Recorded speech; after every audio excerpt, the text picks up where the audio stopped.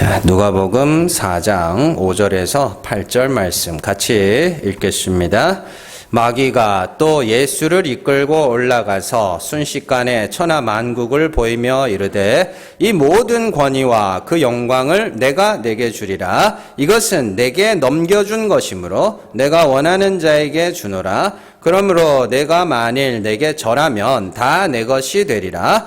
예수께서 대답하여 이르시되 기록된 바 주 너의 하나님께 경배하고 다만 그를 섬기라 하였느니라. 아멘.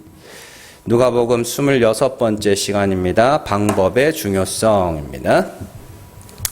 부자들 중에는 사업을 통해서 부자가 되는 경우도 있고, 투자를 잘해서 부자가 되는 경우도 있고, 또 뭐 열심히 일을 해서 부자가 되는 경우는 잘 없다고 그럽니다. 열심히 일을 하면 그러더라고요. 그러니까 이게 부자들이 그런 이야기를 해요. 돈을 모으려면 단기간에 모아야 된대요. 단기간에 확 모아야지 꾸준히 해서 내가 20년 뒤에는 이렇게 될까 30년 뒤에는 이렇게 될까 하면 절대 못 모은대요. 왜냐하면은 그 20년 30년 기간 동안에 어떤 일이 생길지 아무도 알지 못하기 때문에 뭐 4, 5년 안에 바짝 그냥 해가지고 벌어야 된다 그런 이야기를 하더라고요. 자, 그래서 어쨌든 뭐 그렇게 부자가 되는 경우도 있고, 또 부모로부터 많은 재산을 물려받아서 태어날 때부터 부자가 되는 그런 경우도 있습니다. 그런데 그 부자들 중에는 불법적인 일을 해서 부자가 되는 사람들도 꽤나 많이 있습니다. 사람들에게 사기를 쳐서 부자가 되기도 하고요. 도둑질을 해서 부자가 되기도 하고, 또 비리를 저질러서 부자가 되기도 합니다. 그러면 합법적으로 부자가 되는 방법은 뭘까요? 합법적으로 돈을 번다. 그건 무슨 의미냐면 사람을 편리하게 해주고, 그리고 사람을 거기에 더해서 사람을 행복감을 느끼게, 행복하게 해주진 못해요. 행복감을 느끼게 해주면 그게 돈을 버는 비결이라고 그렇게 이야기를 합니다. 그래서 예를 들면 뭐 차별화 이런 말씀 많이 들어보셨죠. 똑같은 빵집이라도 차별화된 어떤 그런 것들이 있는. 우리 여기서 여러 가지 일을 하시는 분들 있지만, 배달을 하더라도, 똑같은 배달을 하더라도 차별화된 뭐가가 있어야 되는 것이죠. 그래서 내가 적어도 이 사람은 나를 보면 어떻게 해요? 오늘 하루는 웃으면서 시작할 수 있게 하겠다. 그런 차별화 정책을 펴면 더 잘 된다 그래요. 저는 그런 일을 안 해봐가지고. 그런데 자, 반대로 불법적인 일을 해서 부자가 되는 사람들은 사람을 편리하게 해주는 것이 아니라 불편하게 만들죠. 그들에게서 돈을 가로챈으로써 불편하게 만들고 불행하게까지도 만듭니다. 왜냐하면 사람과 사람 사이에 단순히 돈을 잃어서 불행한 게 아니고, 그것도 물론 속이 상하는 거지만 사람과 사람 사이에 뭐가 깨졌어요? 신뢰가 깨져버린 것이죠. 거기서 사람이 불행이라는 것을 느끼게 된다고 이야기를 합니다. 자, 한번 잘 생각을 해보세요. 부자가 되는 것만이 목적이라면 방법이 어떻든지 간에 무슨 상관이 있겠습니까? 그죠? 부자가 되는 것만이 목적이라면, 여러분들 저 남미 쪽에 가면 마약 산업이 엄청나게 많이 발전해 있습니다. 근데 이 사람들이 국가의 관료들이 돈을 다 먹었어요. 얘네들이 돈이 너무 많다 보니까 자기 나라의 그 정치하는 사람들 있죠? 전부 매수를 해가지고 이거를 없어지지가 않는 거예요. 그러니까 되게 웃긴 거죠. 그래서 악순환인 거예요. 돈은 여기 마약 그거 만드는 사람들, 얘네들이 돈을 엄청나게 벌고 그걸로 국가에다가 돈 매겨가지고 또 자기들 보호하게 해주고, 또 얘네들은 또 그걸 기반으로 또 더 많은 돈을 벌고, 이렇게 되죠. 자, 남이야 불행하든지 불편하든지 나만 부자가 된다면 어떤 방법이든지 상관이 없을 겁니다. 그러나 그렇게 되면 많은 사람들이 불행과 불편에 빠지기 때문에 그런 식으로 돈을 버는 방법을 불법으로 규정하고, 돈을 벌려면 최소한 다른 사람들은 편리하게 해줘야 될 거 아니냐. 행복하게는 못 해주더라도 편리하게는 해줘야 될 거 아니야. 근데 네가 돈을 버는데 다른 사람들이 불편해지면 안 되잖아. 거기서 또 더 나가서 다른 사람들이 불행해지면 안 되잖아. 그러니까 그런 것들을 불법으로 규정을 하는 거예요. 불법으로 규정을 해놓고 제재를 하는 것이죠. 그래서 나만 좋은 방법이 아닌 내게 돈을 쓰는 사람의 행복과 편리를 추구하도록, 그래서 합법적인 방법으로 부자가 될 수 있게 해야 된다. 뭐 그런 이야기를 합니다. 인간관계도 마찬가지입니다. 인간관계는 만나면 뭐 해야 돼요? 만나면 편해야 됩니다. 만나면 편해야 되고요. 더 나아가서 그 만남을 통해서 서로의 행복, 나의 행복 아닙니다. 서로의 행복을 추구해야 됩니다. 그래서 우리는 이상적인 만남에 대해서 머릿속에 늘 기억을 해야 돼요. 늘 기억을 하고, 그리고 어떻게 하면 나도 좋고 저 사람도 좋을지 방법을 찾아야 됩니다.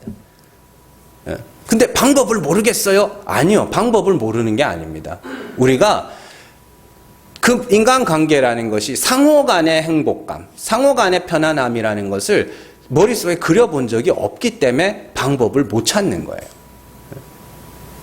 나만 좋은 인간관계도 아니고요. 나는 괴롭지만 다른 사람만 좋은 인간관계도 아닙니다. 서로 행복할 수 있는, 서로 좋을 수 있는, 서로 편안할 수 있는 관계를 머릿속에 그리고 그 방법을 찾아 나가면, 제가 말씀드렸죠? 질문이 있는 곳에는 반드시 뭐가 있다고요? 답이 있다고요. 방법이 있다니까요. 그러니까 안 찾은 거예요. 그냥 나만 좋으면 돼. 만나서 나만 좋으면 돼. 막 1시간이고 2시간이 막 떠들어. 나만 좋은 거예요. 그리고는 다 가면서 진짜 재밌었다고, 좋았다고. 그런데 맞은편에 있던 사람은 진이 다 빠졌어. 이러면서 부담돼. 다시는 못 만나겠어. 이렇게 되면 그건 좋은 관계가 아니에요. 예. 그래서 우리는 서로에 대해서 알아야 하는 것이고, 내 생각과 내 주장만을 펼치는 것이 아니라 다른 이들의 생각과 주장도 들을 수 있어야 되고, 나는 옳고 너는 틀렸다가 아니라 그렇게도 생각할 수 있구나. 이런 것들이 이루어질 때 그 상호 간의 관계가 편안해지고 서로 행복한 관계가 될 수 있는 것이죠. 또한 다른 것도 마찬가지죠. 베푸는 자는 받는 자의 마음을 한 번쯤은 뭐 해야 돼요? 생각을 해볼 수 있어야 됩니다. 내가 준다고 해서 받는 사람이 무조건 그걸 좋게 받을 거라고 생각하시면 안 됩니다. 내가 뭘 주느냐에 따라서 받는 사람이 그걸 어떻게 생각하느냐도 생각을 해야 되는 것이죠. 받는 사람도 뭐 해야 돼요? 주는 사람의 마음을 헤아릴 수 있어야 되죠. 저 사람이 지금 이걸 왜 주는 걸까? 내가 나한테 좀 잘 되라고 주는 거구나. 기쁘게 받으면 되죠. 감사하게. 자, 그래서 우리가 대화를 할 때도 사람들이 많이 하죠. 경청해라. 그게 뭐냐면 듣기만 하라는 게 아닙니다. 듣기만 하라는 게 아니고, 사람은 가만 냅두면 말하는 걸 좋아해요.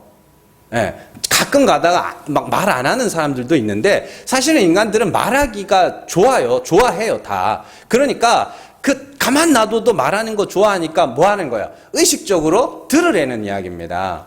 잘 듣고, 저 사람이 지금 무슨 말을 하는가. 그러고 나서 내가 말을 하면 될 거 아닙니까? 이렇게 돼야 되는 것이죠. 그래서 그런 것들이 이제 화목해지는 방법입니다. 방법. 그러니까 함께 있다는 그 결과보다 어떤 방법으로 관계를 맺고 있는가가 관계 속에서 행복과 편안함을 느끼게 만들어주는 것이죠. 그래서 그런 서로가 행복할 수 있는 방법을 찾는 사람들끼리는 굉장히 이렇게 자주 만나고 싶어 하고 그런 이야기가 있죠. 그러니까 여러분들이 이렇게 그런 사람들 있잖아요. 만나고 싶어. 이 사람 또 만나고 싶어. 또 헤어지면 아쉽고, 이런 관계들을 한번 잘 머릿속에 생각해 보세요. 왜 그렇게 그런 관계가 우리 가운데 맺어졌는가. 여러분들 잘 보시면 말하고 듣는 비율이 거의 비슷할 겁니다.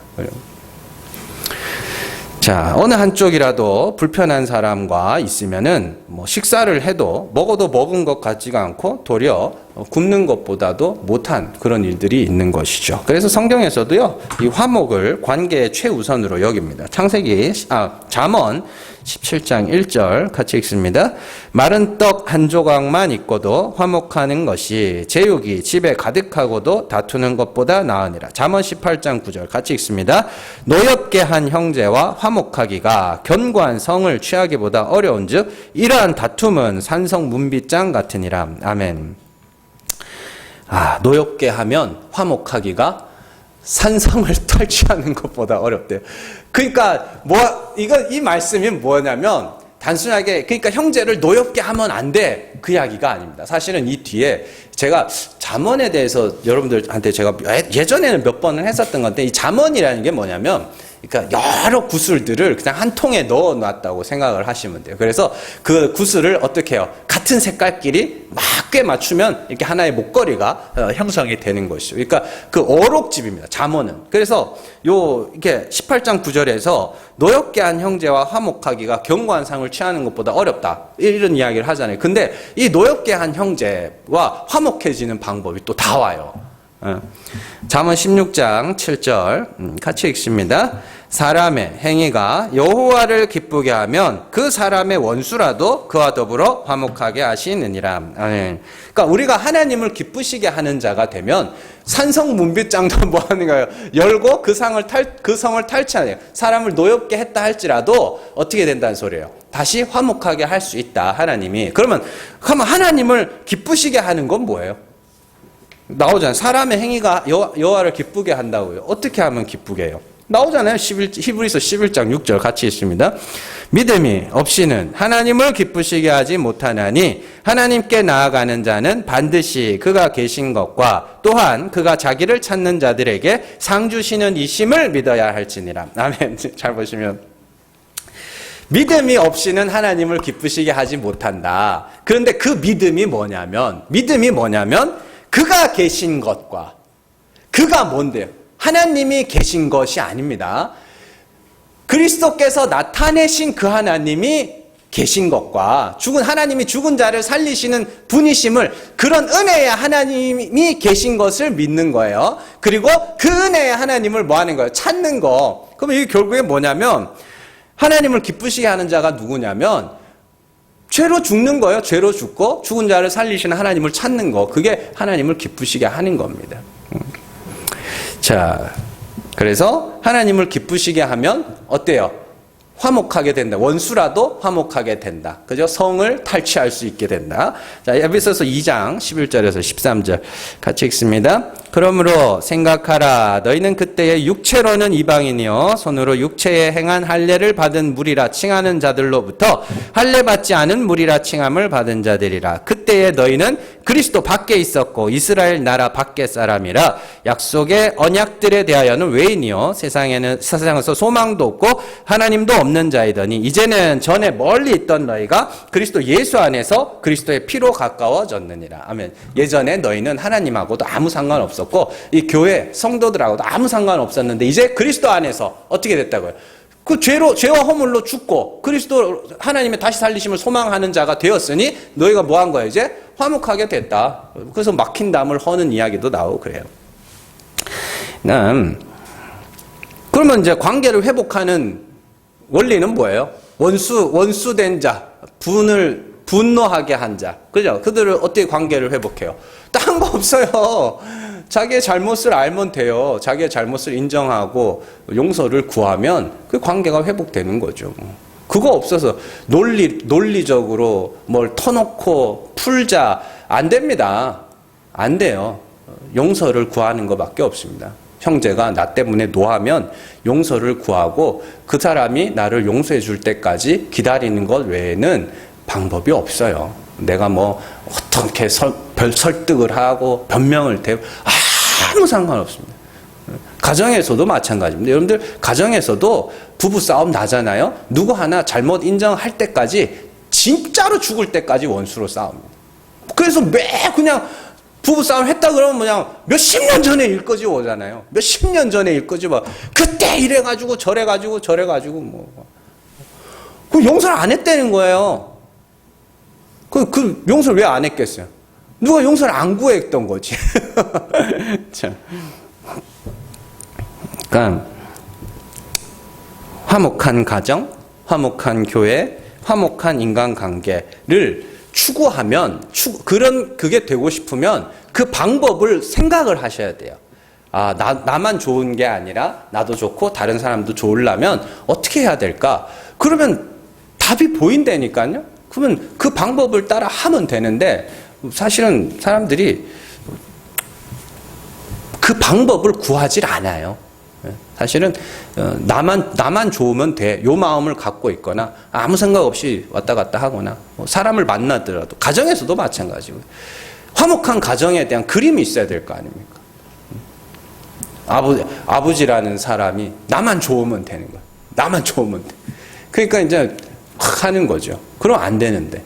자식도 좋고 아버지도 좋고 아내도 좋고 어떻게 하면 다 좋을 수 있을까? 이런 그림을 갖고 방법을 구하면 방법이 보이는데 안 보이는 거죠.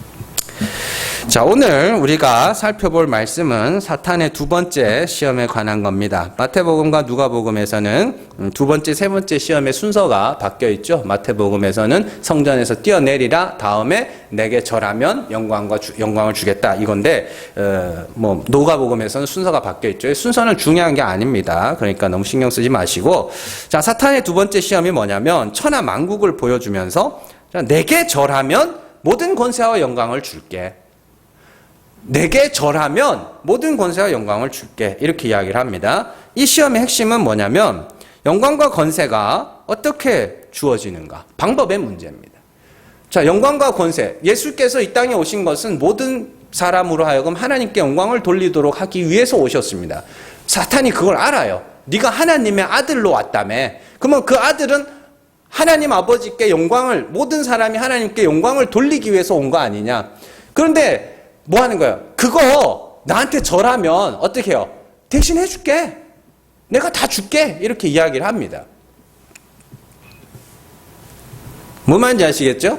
예를 들어 바꿔서 이야기를 해볼게요. 자, 네가 이 땅에 온 것은 모든 사람들을 다 부자로 만들기 위해서 왔다고 치자고, 예수님이.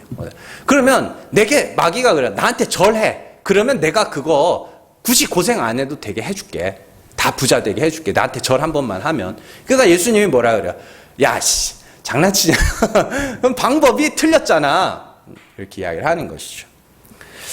자, 여러분들, 하나님은요, 택하신 자들의 찬송을 원하시고, 동시에 멸망당하는 자들에게도 영광을 받으시는 하나님입니다.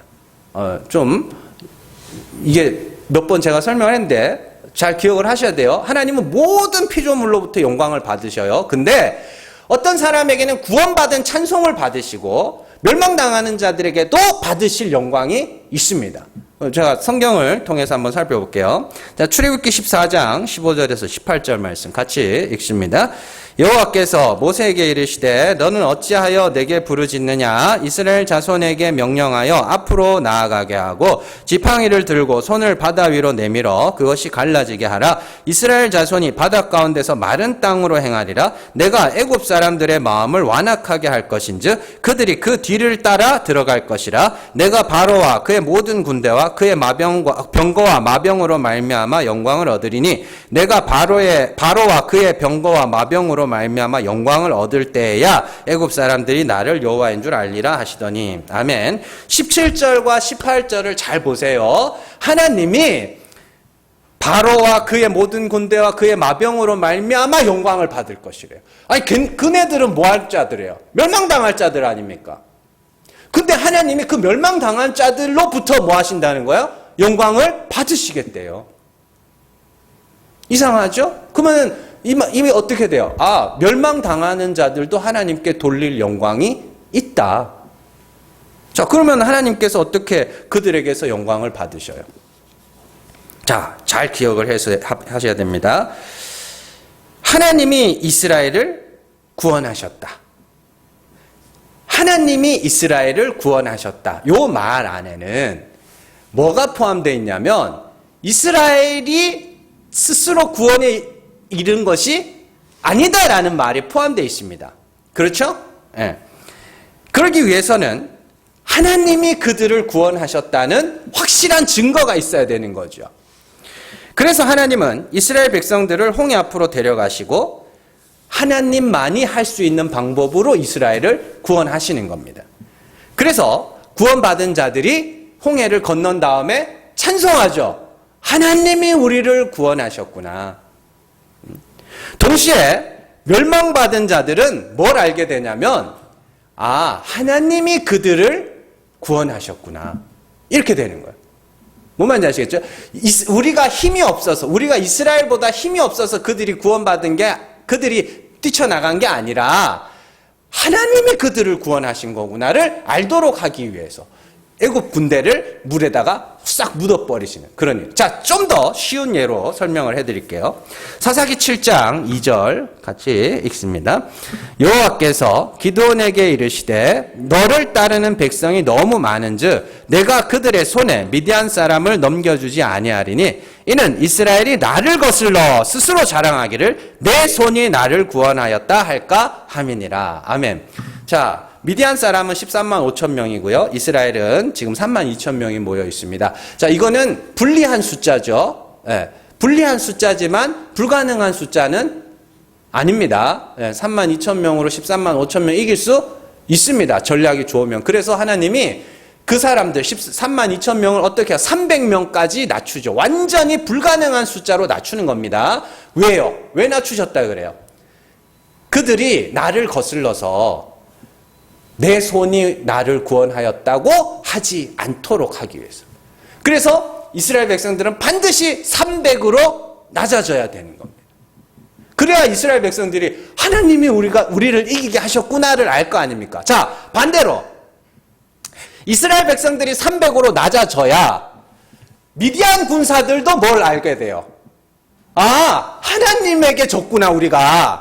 그걸 하나님이 멸망당하는 자들에게도 하나님이 영광을 받으신다고 이야기를 하는 겁니다. 자, 잘 보셔요. 이긴 자는 뭐예요? 와, 하나님이 이기게 하셨어. 우리는 완전히 진짜 불가능한 숫자에 300명밖에 안 됐는데 저 13만 5천 명을 하나님이 이기게 하셨어. 이게 택하신 자들의 찬송과 구원받은 자들의 찬송이고, 멸망받을 자들에게서 하나님이 받으실 영광이 뭐냐면 우리가 하나님에게 졌구나. 저 사람들 300명밖에 안 되는데 우리가 졌다고? 13만 5천 명이나 되는데 이건 누가? 하나님이 저 사람들과 함께 하셔서 하나님이 우리를 이긴 거구나. 그게 멸망받은 자들에게도 하나님이 영광을 받으시는 겁니다. 자, 그렇다면 이렇게 돼요. 전쟁의 승리가 중요한 것이 아니라 어떻게 승리하게 되었는가, 그 과정과 방법이 중요하다. 그죠? 이스라엘이 완전한 불가능함의 자리에 있을 때 그들을 이기게 하심으로 이긴 자들에게는 하나님이 우리를 이기게 하셨다. 난 아니다가 포함되어 있는 거예요. 거기는 그 찬송을 받으시고, 멸망당하는 자들에게 역시 하나님이 우리를 이기셨네. 우리는 하나님에게 진 거네. 그게 멸망받은 자들이 하나님께 돌리는 영광이라고 해요. 그러니까 지옥 백성들도 하나님께 영광을 돌릴 수가 있어요. 어떻게요? 우리가 저 예수 믿는 사람처럼 못 살아서 구원받은 게 아니라 예수를 안 믿어서 구원을 못 받은 거구나. 그렇게 되는 것이죠.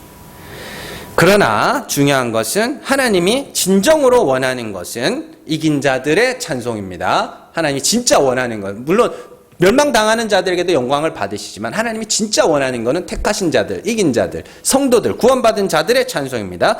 홍해에서 그들을 죽음의 공포로 몰아넣으신 이유도, 기드온의 전쟁에서 그들을 300으로 낮추신 이유도 결국에는 이스라엘이, 구원하신 이스라엘이 하나님이 우리를 이기게 하셨다, 그 찬송을 받기를 원하신다는 것이죠. 마찬가지로 우리의 구원 역시 하나님이 우리를 그리스도로 말미암아 구원하시고 그리스도 안에서 의롭다 하시며, 동시에 우리의 모든 의와 자랑을 불태우시는 연단의 과정을 겪게 하시는 이유는 택하신 자들이 뭐요? 하나님이 구원하셨네요를 스스로 고백하는 것. 그러니까 삶으로 고백하는 겁니다. 그래서 우리는 이 땅에서 가난한 자로, 줄인 자로, 약한 자로, 죄인 중에 괴수로 낮아지는 일들을 겪어야 하는 것이죠. 그게 우리의 연단입니다. 자, 그러니까 왜 상급론이나 이런 것들이 위험한지를 아시겠어요? 아까 전에 하나님께서 기도원의 전쟁에서 하나님이 말씀하시잖아요. 이 백성이 나를 거슬러 내 손이 나를 구원하였다 할까 함이라. 천국에서 그러는 거 하나님이 내가 이렇게 살아서 하나님이 복 주셨구나. 내가 이렇게 해서 하나님이 구원하셨구나. 혹은 거기에다가 내가 이렇게 해서 하나님이 나를 더 다른 사람들보다 더 높은 자리에 앉히셨구나. 이렇게 되면 안 되기 때문이에요. 구원받은 자들이 전부 다 하나님이 구원하셨네요를 고백하게 해야 되기 때문에 하나님이 우리를 낮추시는 겁니다. 그게 우리 신앙생활의 과정입니다. 뭘 하고 안 하고의 문제가 아니라니까요. 에베소서 1장 3절에서 6절 같이 읽습니다.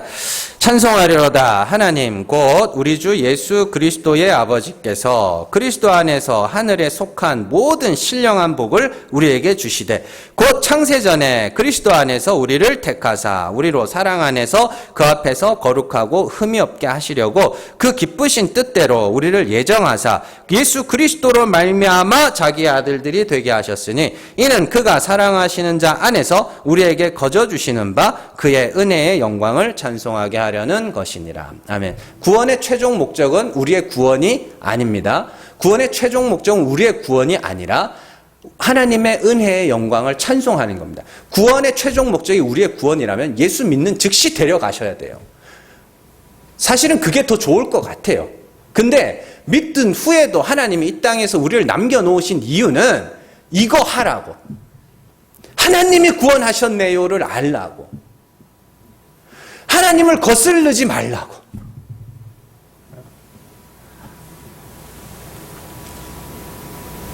그래서 어떻게 우리가 구원을 받는 것보다 더 중요한 것은 어떻게 구원을 받았는 거예요. 내가 구원을 받았다보다 더 중요한 건 어떻게 구원을 받았는 거예요. 어떻게 구원을 받았어요? 하나님의 은혜로. 은혜 외에 다른 것이 틈탈 수가 없습니다. 틈타서도 안 됩니다. 절대로 안 됩니다.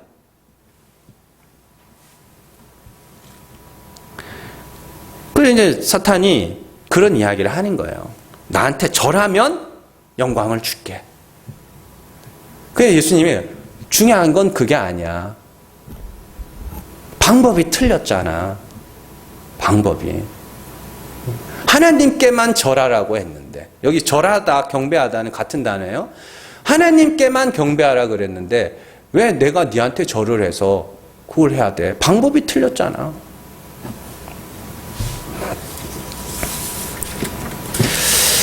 자, 여러분들 하나님은 택하신 자들의 찬송을 원하시는 분입니다. 그걸 영광을 하나님께 돌린다라고 이야기를 하는 거예요.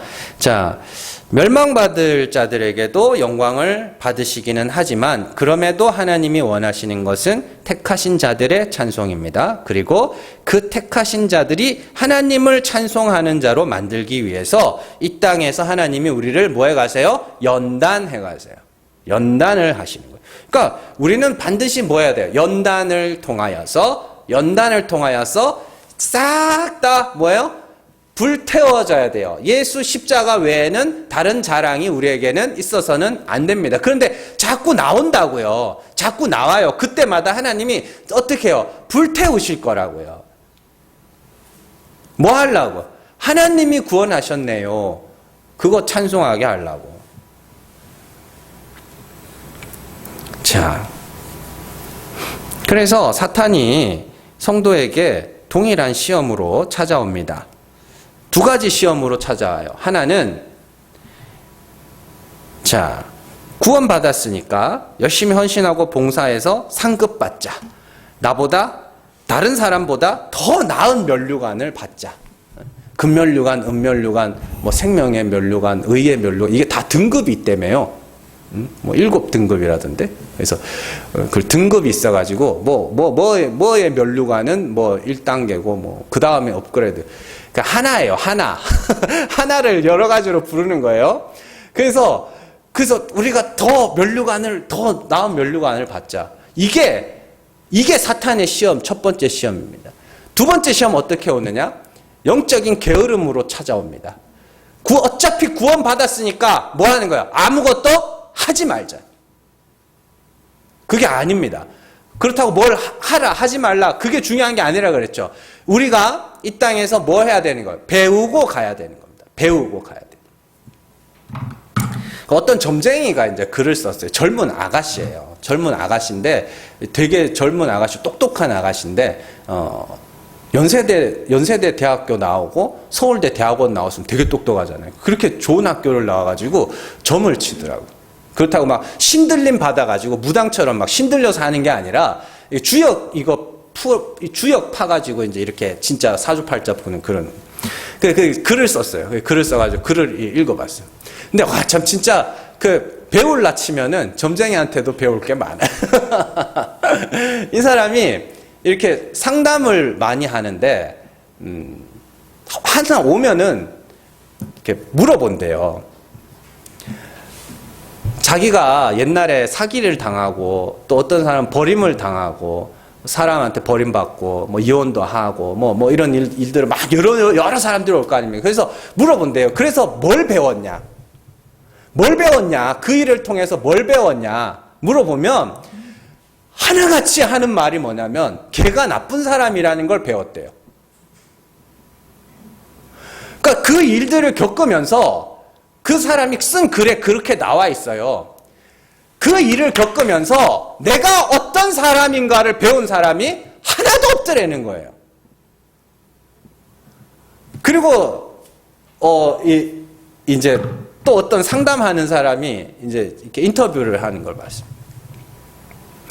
자기가 이제 상담을 하는데 어떤 사람이 이제 상담 요청을 와가지고 이 대화를 하는데 뭐냐면 자기 나이가 이제 50이 넘었대요. 상담하는 사람이 50이 넘어서 근데 50이 넘는 동안에 모아놓은 게 하나도 없더라는 거예요. 재산이 하나도 없어가지고 이걸 어떻게 하면 좋냐. 그러면서 사람 이야기를 이렇게 들어보는데 그 사람이 참 되게 즉흥적인 사람이었던 거예요. 되게 즉흥적인 사람. 그래서 갔더니 집이 좋아 보여. 그래서 덜컥 샀어.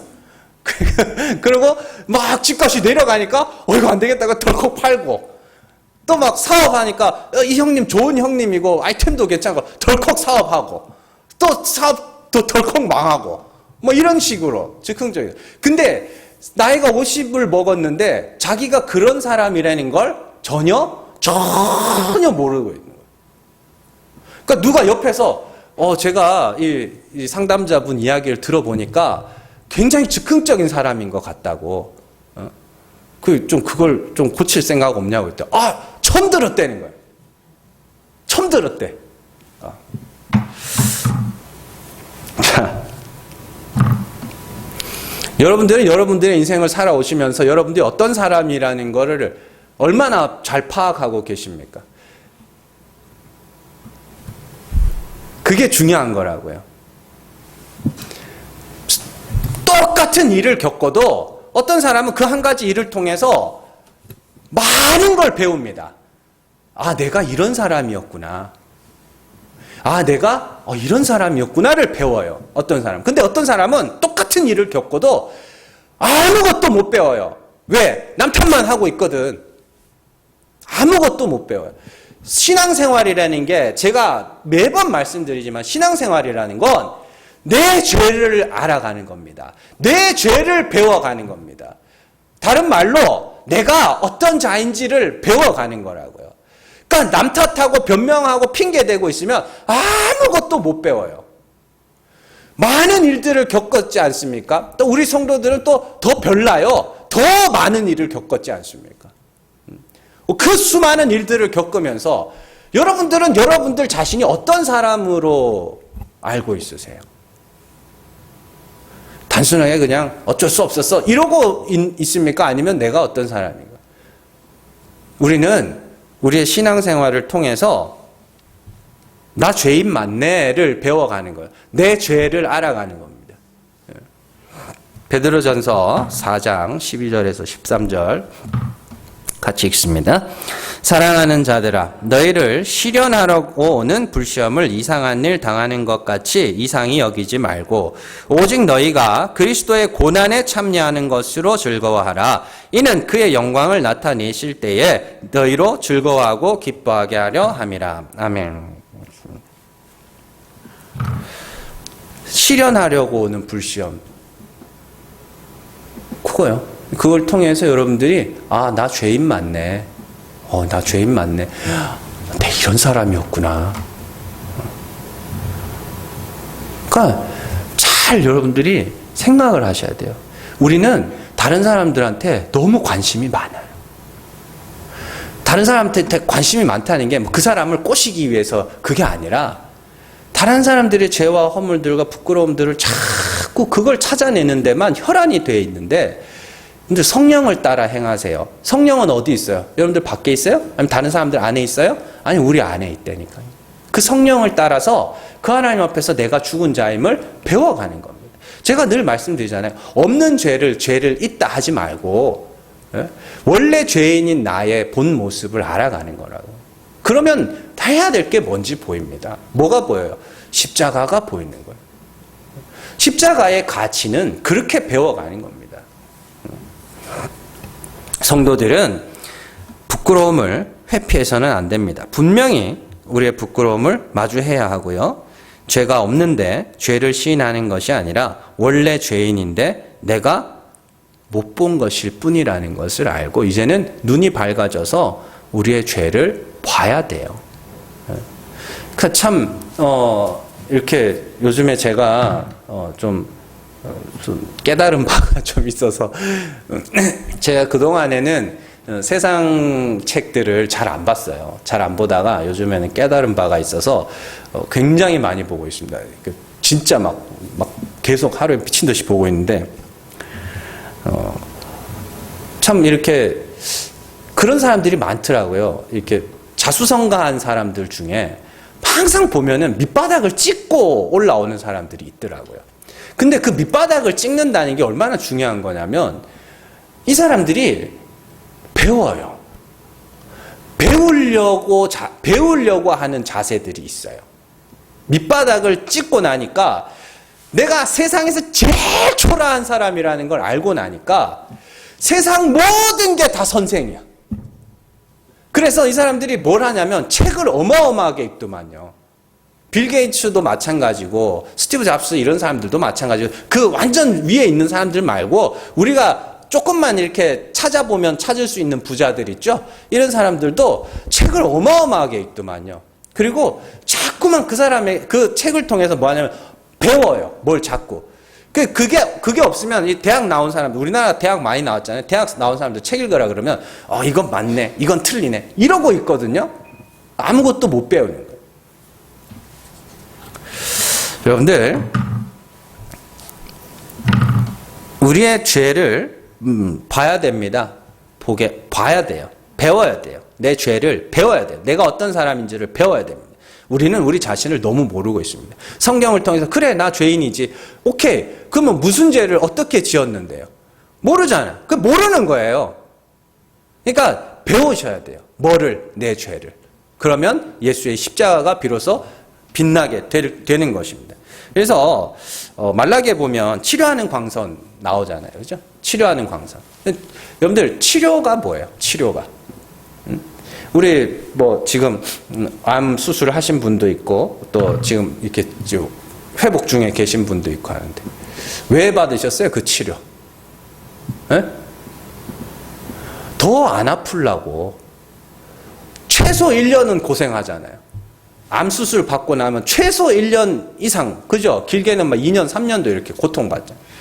뭐 해가지고 수술해, 항암해, 먹는 것도 조절해야 돼.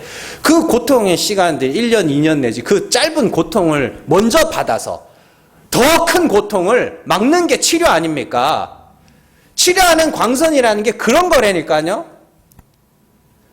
진리의 빛이 우리 안에 들어와서 사망으로, 영원한 사망으로 떨어지지 않도록 하기 위해서 우리 안에서 계속해서 뭐 하는 거예요? 이 땅에서 미리 고통을 겪게 하는 거란 말입니다.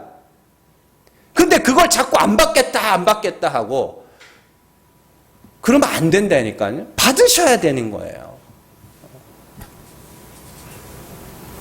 우리가 이 땅에서 겪어야 하는 고통은 내가 죄인이며 내가 그리스도 아니면 지옥에 던져져야 할 죄인이구나를 배우는 거예요. 그리고 그리스도의 피가 이미 그 죄와 그 저주와 그 고통을 감당하셨음을 보면서 기뻐하고 감사하는 것이죠.